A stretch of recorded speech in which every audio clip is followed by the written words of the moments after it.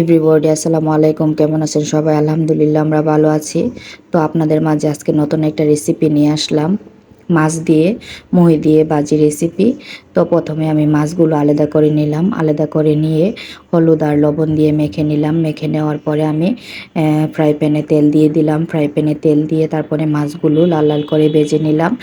তো লাল লাল করে ভেজে না নিলে আপনার ভাইয়ারা খেতে পছন্দ করে না, কারণ আমার শ্বশুরবাড়ির ফ্যামিলিতে মাছ একদম মচমচা ভাজি করতে হয়। আর তো প্রথমে আমি মাছগুলো ভেজে নিলাম। মাছগুলো ভেজে নিয়ে তারপরে আমি মহিগুলো আবার দিয়ে দিলাম। মহির মধ্যে একটু হলুদ আর একটু লবণ দিয়ে দিলাম, দিয়ে মহিগুলো লাল লাল করে ভেজে নিব। তারপরে লাল লাল করে ভেজে নিয়ে তারপরে পেঁয়াজ কুচি আর কাঁচামরিচ কুচি ভেজে নিব। ভেজে নেওয়ার পরে তারপর আমি হালকা একটু পানি দিয়ে দিব। পানি দেওয়ার পরে মাছটা আর মহিটা একসাথে একটু কষিয়ে নেব।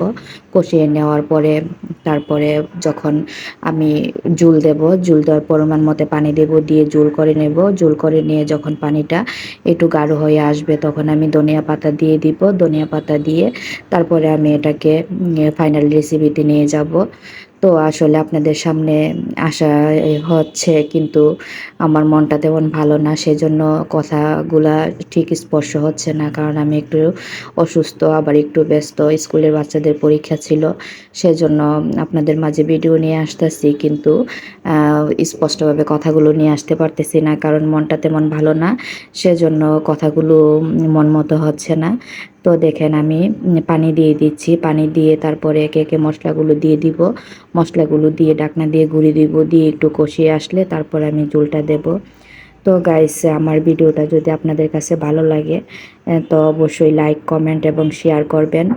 আর সবসময় আপনাদের সামনে কত কথা বলি, তো আমার কথাগুলো আপনাদের মনে নেবেন না, কারণ মানুষ মাত্রই তো ভুল, মানুষের অনেক কিছুই ভুল হতে পারে, তো আমার কথার মধ্যে অনেক ভুল হতে পারে।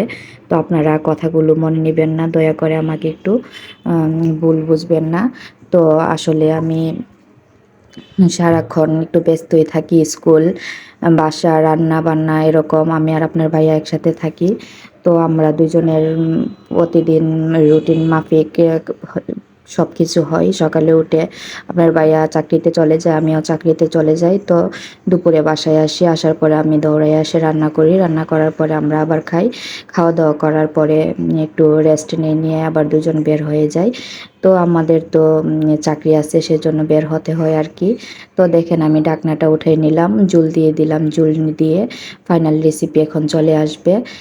যখন জুলটা কমে আসবে তখন আমি ওইটাতে ধনিয়া পাতা দিয়ে দিব। এই দেখেন ফাইনাল রেসিপি চলে আসছে।